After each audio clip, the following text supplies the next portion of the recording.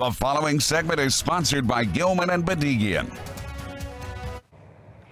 If you are the victim of crime on someone's private property, like a place of work or a mall, that property owner bears some responsibility for making sure you're safe. But if you're the victim of a crime on a public street or area, does the government bear some responsibility? Attorney Charles Gilman with Gilman Bedigian joins us this morning. Good morning. Good morning, Patrice. Nice to see you. Let's talk about first private property owners. So for people to think about it this way, you go to work every day. You expect that your employer is going to provide a safe environment. Is that right? Yep, your employer, your landlord, whoever's responsible for the building, absolutely. So what if something happens and you're on public property? You're walking down the street and you become a victim of a crime.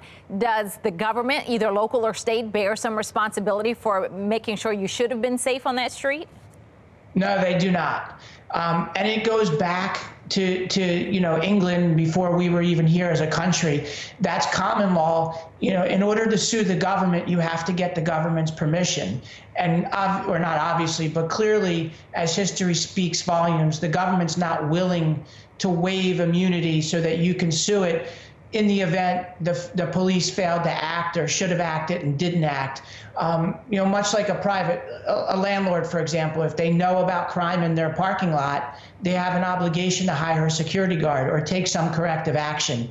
That's not true for the government. So then what recourse do people have? You're saying that the government has immunity, but citizens have some recourse if they want to make a change there, do they not?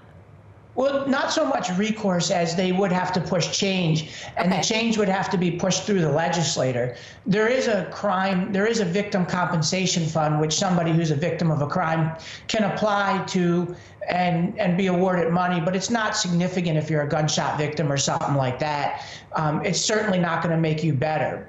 And look, one of the things that civil lawyers like me have been saying for years, and we tell people who call our office this, one of the reasons why these laws work is, for example, if a drug manufacturer like the opioid crisis knowingly does something incorrect and they can be held liable civilly, it's an incentive not to do it, or for others not to do it. And the same would be true if the legislator would change the law for crime victims. Perhaps the government would have an incentive, or more of an incentive, not to allow these things to happen in the first place. But even if constituents want that and they push for change in the legislature, I mean, what's the likelihood that the legislature is going to say, okay, yes, well, now you can sue us because we didn't, you got shot on the street?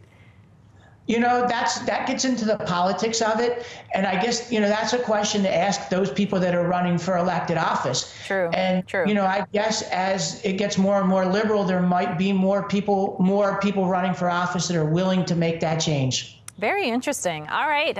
Charles, thank you so much. We appreciate it. Thanks, Patrice. Have a great day. You too.